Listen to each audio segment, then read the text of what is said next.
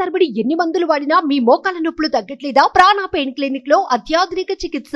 ఆంధ్రప్రదేశ్ లో ఫ్యాన్ పార్టీకి వ్యతిరేక గాలి వీస్తుంటే ఆ వైబ్రేషన్స్ తెలంగాణలో కూడా తప్పడం లేదు. ఏపీలో జగన్ ఓటమి పాలయ్యారు. తిరిగి అధికారం ఖాయమని భావించిన జగన్ కు భారీ పరాజయం మిగిలింది. కేవలం 11 స్థానాలకే జగన్ పార్టీ పరిమితమైంది. ఓటమి తర్వాత వరుసగా పార్టీ నేతలతో జగన్ సమీక్షలు చేస్తున్నారు. భవిష్యత్తు పైన భరోసా కల్పిస్తున్నారు. ఈ సమయంలోనే హైదరాబాద్ లో కీలక పరిణామం ఒకటి చోటు చేసుకుంది. జగన్ నివాసం లోటస్ పాండ్ ప్రాంగణంలో ఆక్రమణలను జీహెచ్ఎంసీ అధికారులు కూల్చివేయటం సంచలనంగా మారుతోంది.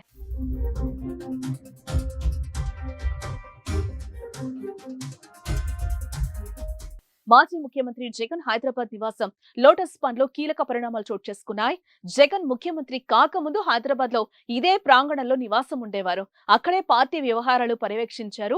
2019 ఎన్నికల ముందు తాడేపల్లిలో ఇంటి నిర్మాణం పూర్తి చేసుకుని అక్కడే ఉంటున్నారు. హైదరాబాద్ లోని లోటస్ పాండ్ లో షర్మిల, విజయమ్మ కుటుంబ సభ్యులు కొనసాగుతున్నారు. ఈ మధ్య కాలంలోనే జగన్ తెలంగాణ మాజీ సీఎం కేసీఆర్ ను పరామర్శించేందుకు వెళ్లిన సమయంలో చివరిసారిగా లోటస్ పాండ్ కు వెళ్లారాయన. అక్కడ తల్లి విజయమ్మతో సమావేశమయ్యారు. ఇక ఇప్పుడు లోటస్ పాండ్ లో అక్రమ నిర్మాణాలను జీహెచ్ఎంసీ సిబ్బంది కూల్చివేత మొదలుపెట్టారు.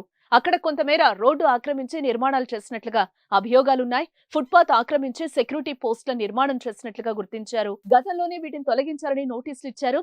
ఈ సెక్యూరిటీ పోస్టుల ఆక్రమణలపై స్థానికుల నుంచి ఫిర్యాదులు వచ్చినట్లుగా చెప్తున్నారు.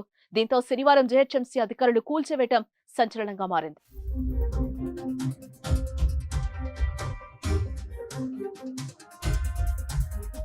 సుమన్ టీవీలో మీ పర్సనల్ అండ్ బిజినెస్ ప్రమోషన్స్ కోసం కింది నెంబర్కి కాంటాక్ట్ చేయండి.